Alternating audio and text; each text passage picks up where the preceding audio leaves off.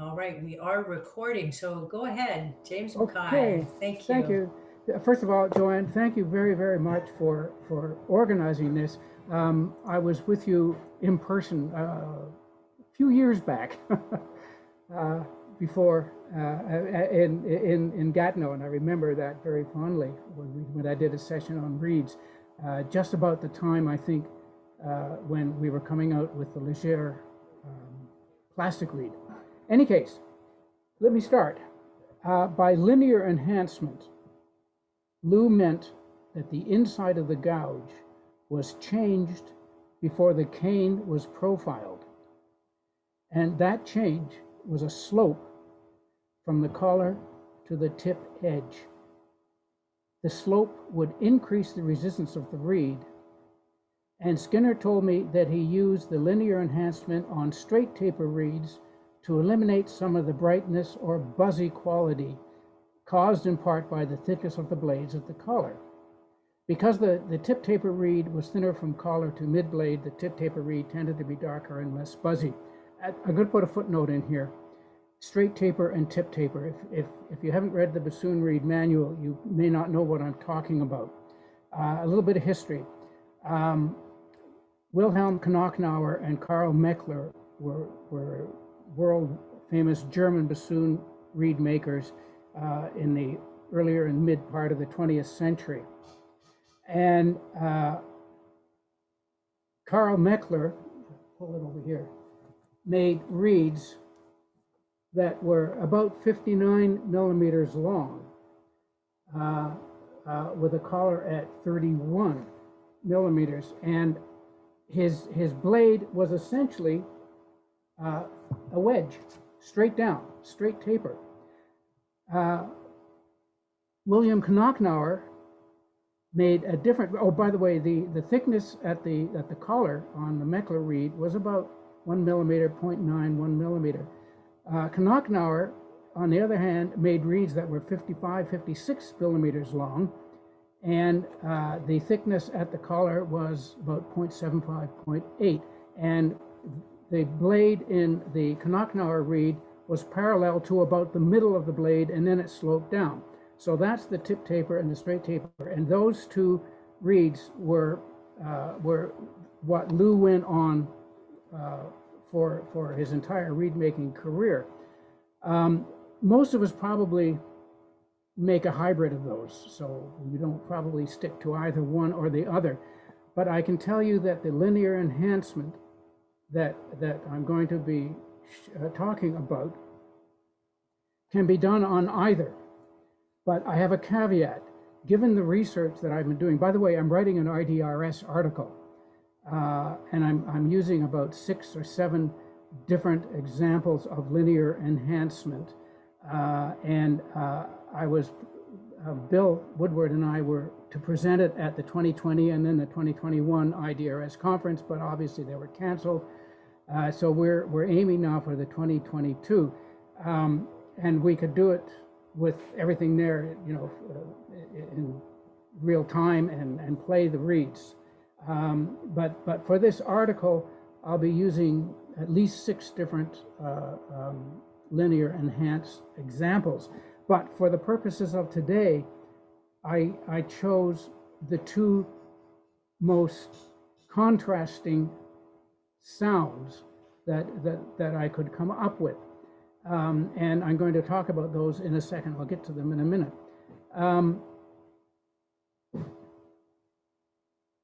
The cane for all this research that I've been doing has been provided by Custom Cane Bill Woodward, and it's been at 1.3 millimeters.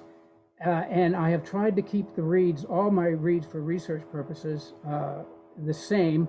So the reeds are all 55.5 or 56 millimeters long, centimeters, I mean. And the collar is always at 30. So even though that you can change those figures, I was trying to keep things consistent. Modification of the gouge is not a new concept. There is historical evidence, and I will relate that in the article, that Otzi and Fröhlich around 1800, the early 1800s, talked about doing to the reeds. And Saul Schönbach went over to study with Meckler and Knocknauer and brought back the information that Meckler would actually take a file to the inside of his reed and put in what I'm going to call the tip undercut. I also have to acknowledge the fact that there are some wonderful reed makers who would never at any time alter the gouge. And I understand that and I respect that. And in some ways it's safer because altering the gouge, the way I'm going to show you now, is a little less scientific than machines and more of an art. Although something is I'm going to tell you something near the end of the session, that there is actually a machine made by Greg James that will actually do perfect linear enhancement, but I'll get to that later. So the way that you do the linear enhancement, first of all, before we go to the linear enhancement, the easiest, tiniest, and best and fastest linear enhancement available is called the tip undercut. And let's see if I can get that on the screen share here. Okay, so it's the tip undercut. It's the simplest, and you can use it on any reed, and you can use it basically at any time. So I have a straight taper reed, and I'll show you something here if I can. Yeah. Where am I? I don't know if you can see the thickness of the blades. The one on the left is the straight taper, and the one on the right is a Charleston variation. And I guess it's not too clear, but that's all right. I'm going to play it. The straight taper reed, this is a straight taper reed without a tip undercut, and it sounds like this.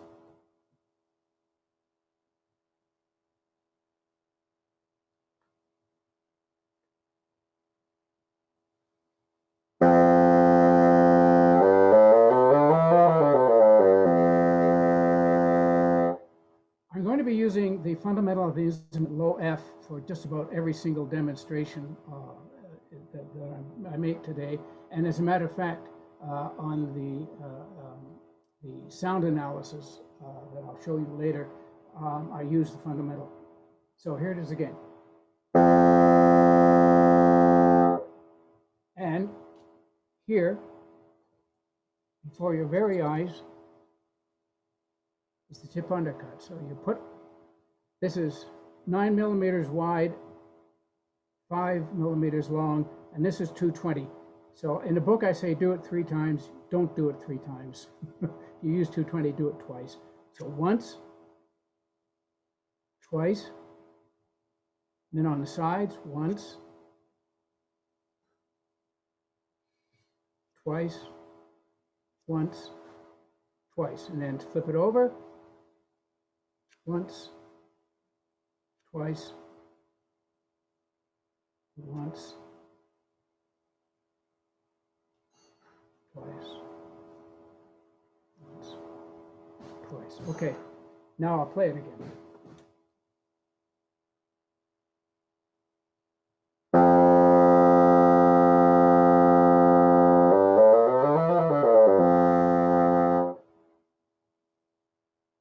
Tiny bit darker sound, tiny less buzz. It is certainly, because I have put a slope on the very inside of the tip, the reed has become a little harder as well. Okay, it's hard for you to hear that difference, but there is a slight difference. Okay, that's the easiest linear enhancement, the tip undercut. And I, when I was playing professionally, did it.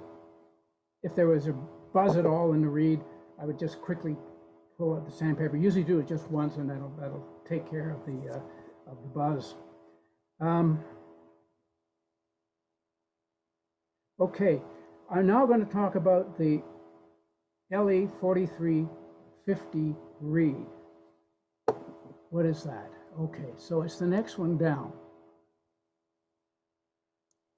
Oh, you know what? My son showed me this. How about that? So you can see that I've got marks at 43 and 50. And I've taken this piece of cane and I put marks at 43 and 50 from the butt end. And the idea is that I want to reduce the thickness of the cane by 0.1. Now, another caveat here, I've made a note to myself in my reed making that 0.6 is just fine. You know, you don't need to go down as far as 0.1, but here's the way you do it. I see if I can move my computer so you can watch my hands. You hold the scraper. Oh, this is a scraper wheel. What are scraper wheels? Bill Woodward has them. They are round discs, and actually Otzi and Fröhlich talks about a round disc. And Lou had them made by a machinist in Jonesport, Maine, and all different sizes. If you want to take cane out of the sides, you'll use something a little bit bigger than an inch. And this is the number 36. So this is 36. Clarification, Jim? Yep. Firstly, it's saying what you're describing there is working on the gouged side, right? Oh, yes. Okay, I just wanted to make sure everybody understood that. Yes, yes. The reed has not been profiled. It has not been shaped. It is this. Okay, so it's on the gouge side. All right. Could I also interrupt briefly? Yep. Perhaps if you stopped sharing your screen just for a moment, you can reshare it later. We could, it makes, because right now you're just a tiny, there. Now we can see you better and see what you're doing better. Thank you. I take all the help I can get from my friends. You're welcome. Okay, so here it is. You hold it like a pencil and you count. So I am now scraping the first scrape between 50 and 50. So I count 1, 2, 3, 4, 5, 6. And then I turn it around. And I have a little easel here that is just something to put the cane in. 1, 2, 3, 4, 5, 6. And I measure. So this one was 1.32, and it's now already down to 1.27 with 5 scrapes in each direction. So you continue until you get, if you want to go down 0.6, so you go down to 0.3. So I'm down to 0.3 already. So what I do now is I scrape the longer scrape from 43 to 43, and that way I will be taking out cane in the upper part of the blade and continue to take out cane in the middle. So you just scrape from the larger. 1, 2, 3, 4, 5, 6. 1, 2, 3, 4, 5, 6. And then I'll measure again. So I was at 133, so this should be 124. I'm down 9.9 mil, and with really minimum effort with the scraping wheels. Now, it's all done by hand, and it's important that you know that, because this is basically art rather than science. When I get to Greg James' machine, you'll see science. Okay, so that's that will produce this sounding reed. All right, it's not as buzzy as a straight taper reed, but it still has high overtones.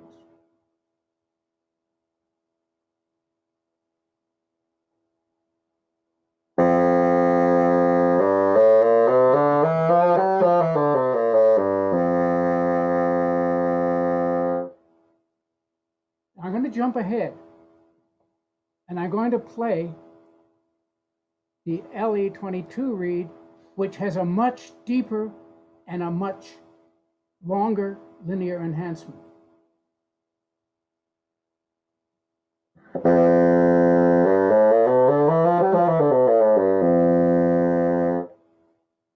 You can hear the difference quite easily over Zoom. I'll do it again.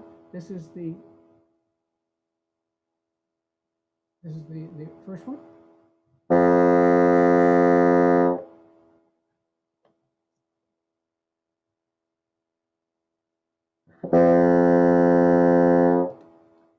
So the difference is quite audible and quite remarkable. I'm going to show you I'm going to go back to this, the screen share.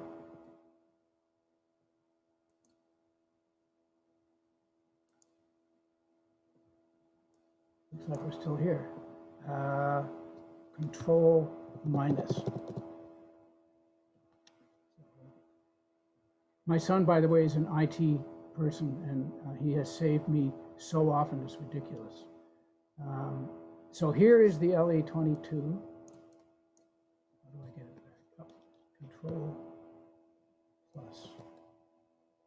So it's on the bottom there. Is that off your screen? Okay, let me just do it back there. So in the LA22, why is it called 22? Good question. Briefly,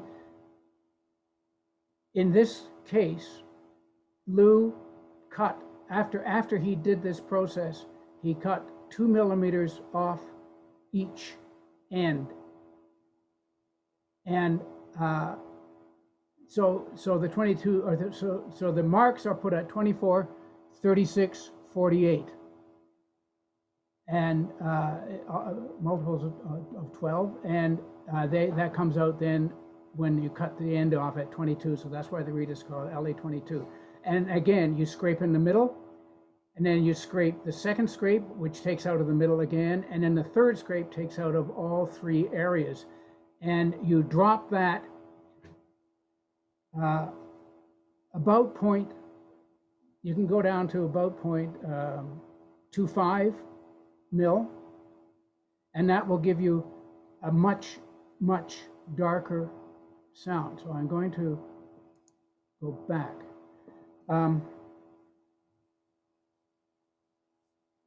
Now I have to tell you that that reed, the LE22 that I just played, was actually,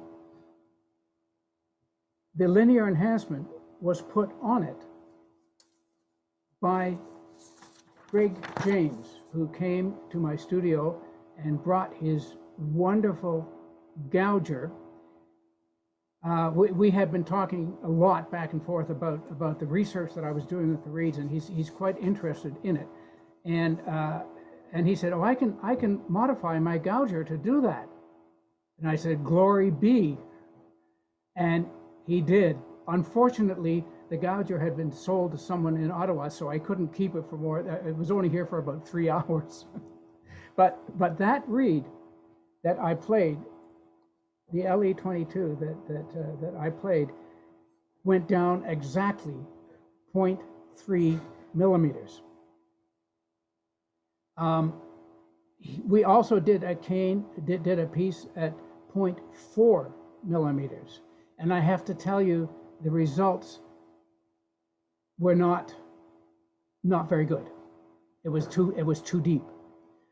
In my article, I'm going to try to say what the ideal depth is, and at this point, it looks like it's 0.5 to 0.2 0.25, 0.3 depth. But in any case, you can hear the difference in the sounds of the reeds. I might also add, by the way, speaking of machines, that I have been in contact with Udo Hang of Reeds and Stuff, and he tells me that he has a gouger that will also put in a linear enhancement. I haven't seen it. I think it goes down to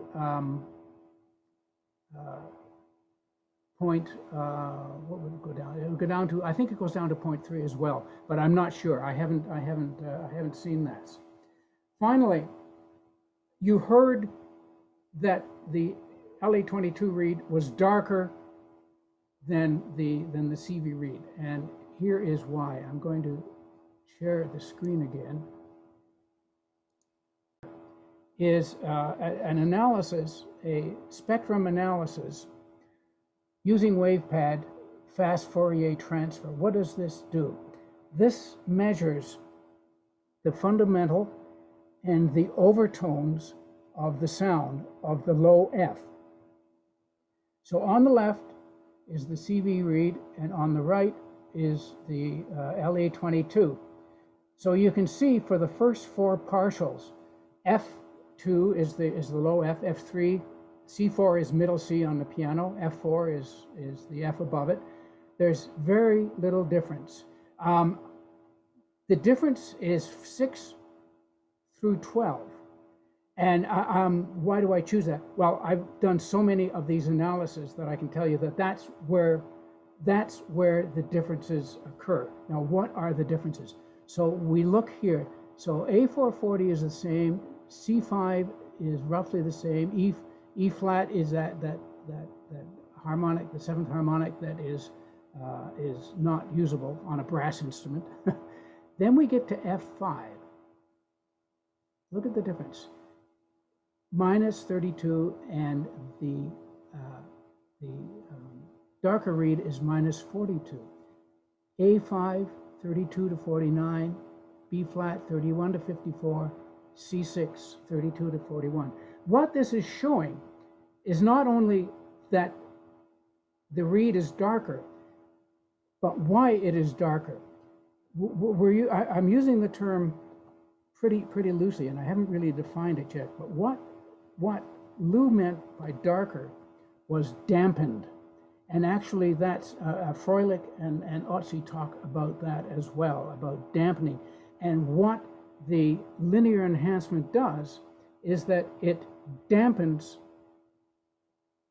the overtones, and as I've shown here, specifically between 5 and 12. So in summary, I can say that the longer and deeper the linear enhancement, the more dampened the overtones will be, and, quote, darker the sound. Number two, the tip undercut is the easiest linear enhancement possible, and it's a very quick way to get rid of a buzzy reed. Number three, linear enhancements works best on the straight taper reeds, but will also work a little less dramatically, as I have found out in my research, on tip taper reeds. Most of us are playing hybrid, which is somewhere in between the two styles, and if you're willing to try this out, I would say start with the CV, start with the 20. The 4350 configuration, or even something less, even something less dramatic. Don't. I mean, I dropped it. Normally, I would drop it on my reeds that I play professionally down 0.6, but you can drop it to 0.4 or 0.3 and see what happens. You got to find whatever works best for you, and given the reluctance of some players ever to touch the gouge, perhaps just doing it in the center is the smartest thing to start off with. When people come to study with me in my studio, and this is the final point I want to make, I have a bunch of reeds, different styles, and I have the student play the reeds, and then I purify them afterwards. And the student will decide what reed suits him or her best, and then I will go ahead and show them how to do that. So that's my presentation.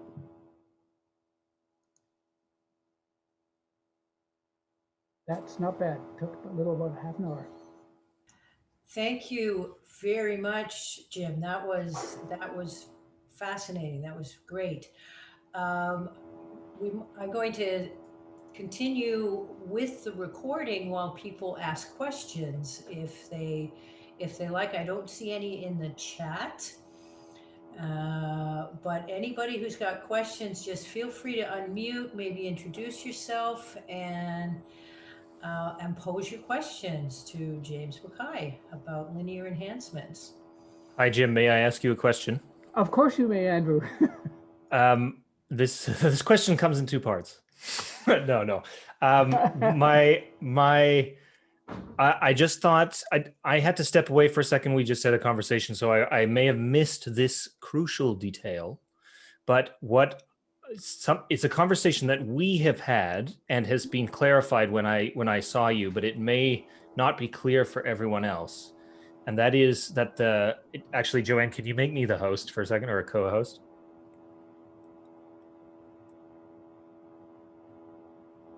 She may be gone, but from what I understand, the measurements. Sorry, Andrew. I'm not gone. I'm definitely here. I was just muted and forgot. But go ahead. I will make you co-host. Thank you.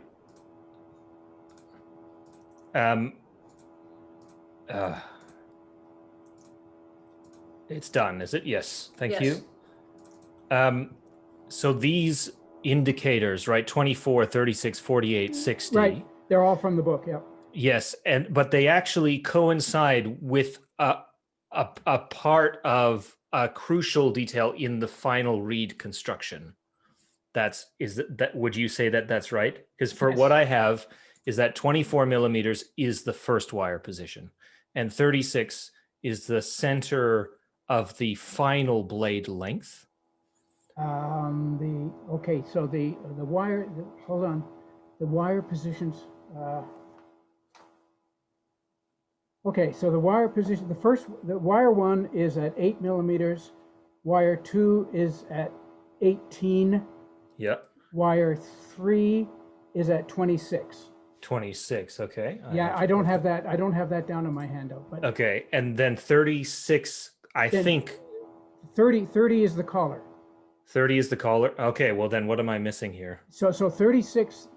The numbers that you see on the LE22, 24, Yes. 36, 48 are just inside straight. They don't have anything to do with what I was doing was showing that in fact the LE starts between the second and third wire and continues down. That's all I'm showing there. And okay.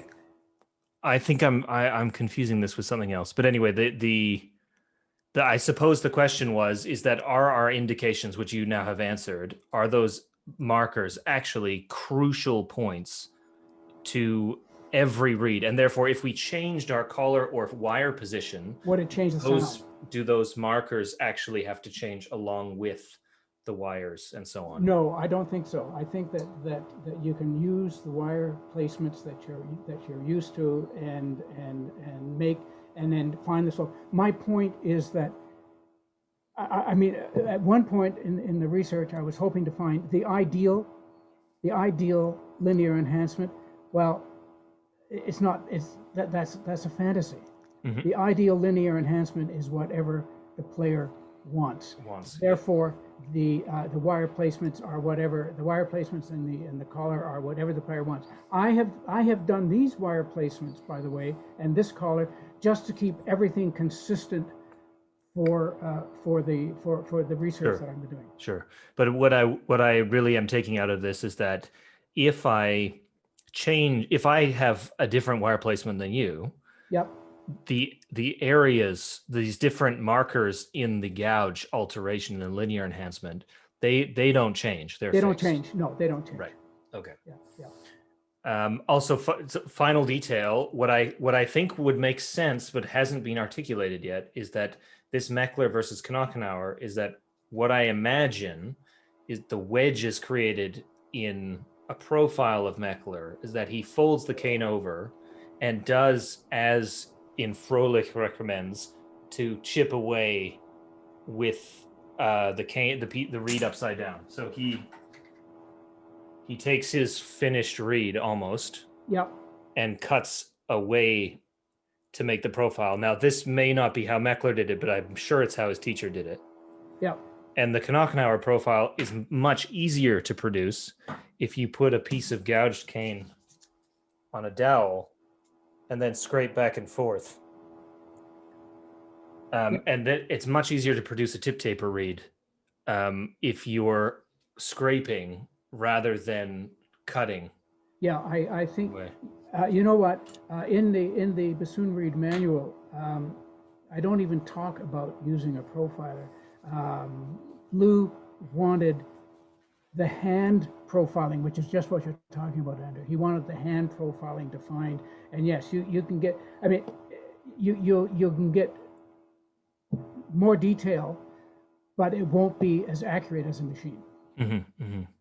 But I guess my question would be, in the Meckler sense, if you're making a straight taper, yeah, and you're trying to do a sort of, if you're trying to create a reed which we all recognize today, right. Do you try and profile, and we're talking about hand profiling here, Yeah. Do you try and profile it a la machine profile, but recreate that and then do a pre-trim sort of thing? Or do you actually cut away some of the bark with a knife and then scrape the rest as a finished reed? You know what? As an admission, the last time I did a hand profiled reed, I don't remember. Okay. So I have a Greg James profiler. Andrew, you've seen it. It's basically a key cutter operation. So the point that I think that Andrew is trying to make is that the linear enhancement is completely and totally independent of what you do to the other side of the reed when you're making it. Totally independent. The only difference is that if your cane is thinner because of the linear enhancement towards the tip edge, then you're going to be taking cane out on the top that is closer to the bark and therefore harder.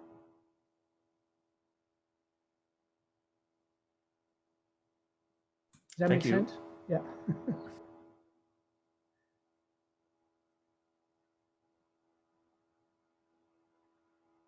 Any other questions?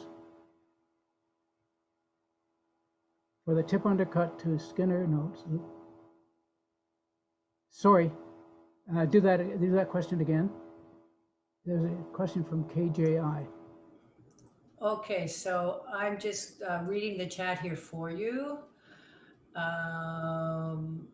For tip undercut to eliminate buzz, why is the undercut preferred to an overcut, removing cane from the top of the reed instead? The resulting cane thickness would be identical in either case? Yeah, that's a really good question, because we all do it. We all take the opera down with our knives in the middle of the pit when you're playing in an opera, as I did for 1980s when I was principal bassoon of the Canadian Opera Company, along with Liz, who put up with me for all those years. That when you take cane out from the top, you're freeing the reed up, but not necessarily taking care of the buzz. The point about taking it from the inside is that you're putting a slope on the inside, and that takes care of the buzz better than from the top, but both will work. Jim, it's Chris Millard. Can I weigh in here with my own take Chris, on this? Of course. Having studied with Lou 50 years ago, like you did too, I recall all of these things so well. I think in answer to Gordon's question about the advantage of undercut rather than overcut is where you have to pay attention that when you're removing cane on the inside, you are moving from softer, pulpier material into areas closer to the bark where the spacing between vascular bundles and fiber structure gets harder. So what you're doing with an undercut as opposed to an overcut is not only about thickness, it's not necessarily about internal contour, but it has a lot to do with the change of material itself. Yep, that's true. That's absolutely true. And taking it out, when you take it out from the top, basically, all you're doing is thinning the tip edge so that it vibrates more easily. But from the, as I said, from the inside, you take the linear, using the linear enhancement, taking it out from the inside, you are automatically making the cane that you ultimately work with harder.